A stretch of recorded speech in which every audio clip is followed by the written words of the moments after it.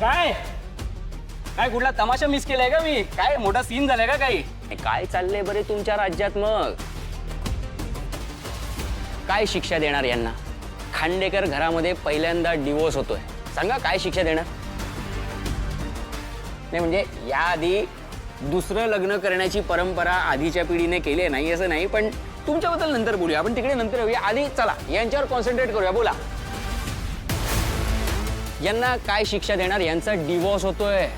आम्ही डिवोर्स घेतलेला नाहीये. मग हे पेपर काय भेवाल्याकडनं आणलेत? भे खाल्ल्यावर दिसले तुम्हाला? अरे बापरे, डिवोर्स पेपर आहेत. अरे आपलेच आहेत. कोणीतरी प्रोसिजर केली असेल ना, म्हणूनच तर झाले ना हे. घरात येताना खोटं बोललात, ऍटलीस्ट डिवोर्स घेताना तरी खोटं बोलू नका ना, खरं बोला.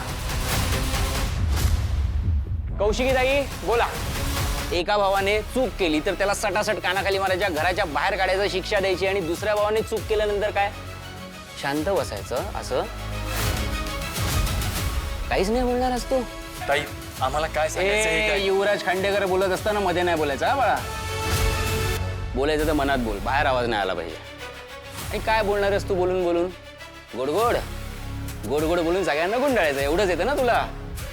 या सगळ्यांच्या डोळ्यावर पट्ट्या बांधल्यात, मला सगळं दिसतंय. जे केले असते, जे करतोय असते आणि जे करणार असते. त्यामुळे बॅग घ्यायची, सामान भरायचं, निघायचं बाहेर इथनं. चल. हे मला सांगणारा तू कोण?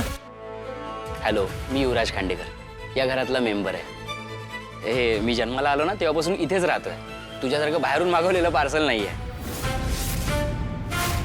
घरातला सदस्य आहे मी, कळलं? आणि जाताना हिला पण घेऊन जा. ही येताना ऑफर होती ना, एकावर एक फ्री. जाताना पण लागूया, घेऊन जायचं, निघायचं. चला. बाहेर निघायचं. काय करशील? ए. या घरातला सदस्य आहे मी बघ पण. ना, दादागिरी बघायची. दादागिरी म्हणजे? ना, आता आता आलाच करेल लाईकीवर. भांडू नका तुम्ही दोघंही, बास. ताई मी माझी बाजू सांगण्याचा प्रयत्न करतोय, तो बोलूच देत नाहीये मला. बरं, तू तुझी बाजू मांडतोयस ना, मग बोल, हे का केलंस तू? रागाच्या भरात तारिणीने सही केली, ओके फाईन. मग तुझी सही या पेपर्सवर काय? तुला हा डिवोर्स मान्य आहे म्हणूनच तू पेपर्सवर सही केली आहेस ना? बोल.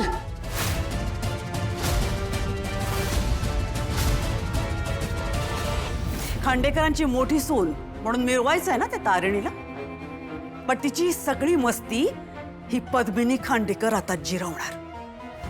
एवढं सोपं वाटलं का तुम्हाला ते? काय चाललंय का? युवी, बरं झालं आलास. हे बघ, ईशाने शोधून काढलेत केदार आणि तारिणीचे डिवोर्स पेपर.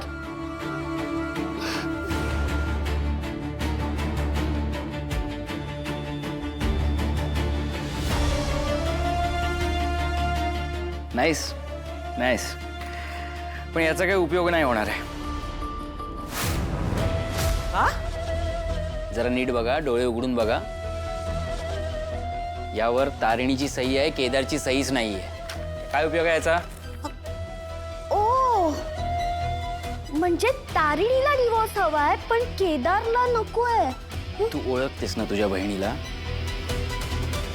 हे पेपर्स दाखवून काय करणार आहोत आपण? ती रडेल, जाऊन सॉफ्ट कॉर्नर जमा करेल आणि सांगेल की नाही नाही आमच्या मनात नव्हतं वगैरे, झालं, सुटली, ती माफ करून टाकतील तिला. काहीतरी असं केलं पाहिजे की तारिणी आणि केदार दोघंही अडकतील. व्हॉट डू यू मीन? असं काहीतरी क्रिएट केलं पाहिजे की आपल्या फॅमिलीला असं वाटेल की या दोघांनी मिळून खांडेकर फॅमिलीला फसवलं. आणि हे कसं दाखवणार तो आपण? यावर केदारने सुद्धा सही केली हे दाखवून. अरे पण तो का करेल सही? जर त्याला करायचीच असती तर आधीच केली असती ना त्याने सही. हा, माझी हुशार बायको. प्रत्येक ठिकाणी हुशारी नाही दाखवायची. त्यावर तो करणारच नाही सही. त्याची सही कोण करणार? कोण? तुझा नवरा युवराज खांडेकर. सेम टू सेम सही करणार. तू जास्त प्रेशर नको देऊ डोक्यावर. तू काय कर, त्यांची बॅग भरायला घे. हा, आता बघतो ना त्यांना या घरात कोण ठेवतं ते. केदार आणि तारिणीच्या. आता जे काय करायचं ते युवराज खांडेकर करेल. रिलॅक्स. हा, रिलॅक्स. मी नाही केली आहे सही. मग कोणी केली? या पेपर्स बद्दल तुम्हा दोघांशिवाय कोणालाही माहिती नव्हतं, मग कोणी केली सही? तुला तारिणी प्रेशराईज करते डिवोर्स पेपर्सवर सही करायला? ती इमोशनली ब्लॅकमेल करत असेल तर बोल, तुझी सही या डिवोर्स पेपर्सवर कशी आली? खरं सांग.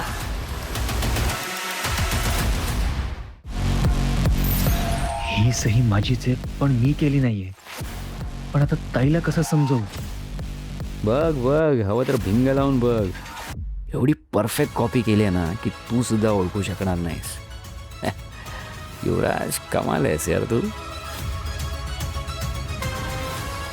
अरे केदार, सांग तू का केली सही याच्यावरती?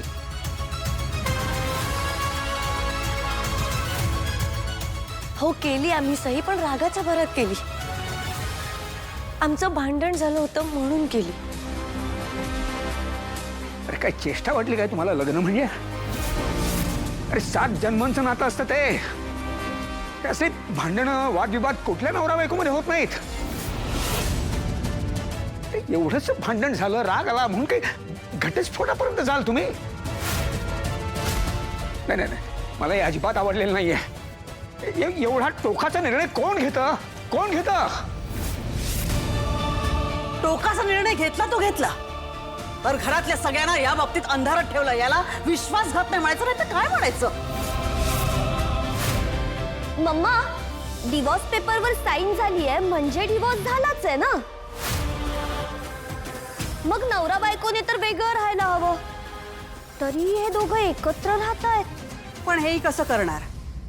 कारण तारिणी जर केदारपासून वेगळी झाली तर तिला या सगळ्यावर पाणी सोडावं लागेल, आणि ते ती करणार नाही.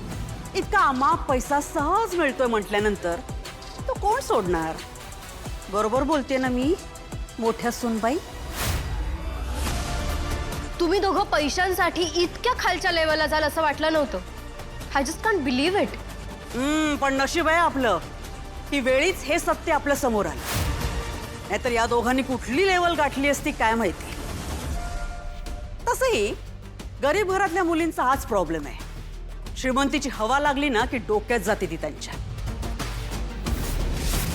तरी मला डाऊट आलाच होता. कोणती बायको आपला नवरा रस्त्यात एका परक्या मुलीला मिठी मारतोय हे हसत हसत एक्सेप्ट करेल, जसं या तारिणीने एक्सेप्ट केलं? कारण तिला काही प्रॉब्लेमच नाहीये, त्यांच्यात काही कमिटमेंटच नाहीये ना. एक्झॅक्टली. तुम्ही ही जी तुमची आयडियल कपलची इमेज बनवली आहे ना, ती मला आधीपासूनच फिशी वाटत होती. एवढं लवेडवी कोण वागतं? आणि मी सांगत होते तर कोणी माझ्यावर विश्वासच ठेवत नव्हता.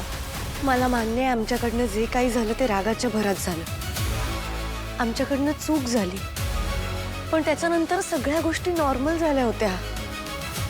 प्लीज तारिणी, आता हे सगळं तू पुन्हा आम्हाला नको सांगू. निशी, तू थांब जरा. ताई, मी खरंच सांगतोय, आईची शपथ. तुम्हाला जसं चित्र दाखवलं जातंय ना तसं काहीच नाहीये. माझं खूप प्रेम आहे तारिणीवर. माझ्या नावाचं मंगळसूत्र घालते तारिणी. मंगळसूत्र? कसलं मंगळसूत्र? काळे मणी आहेत फक्त, त्याला तर काही अर्थ उरलेला नाहीये.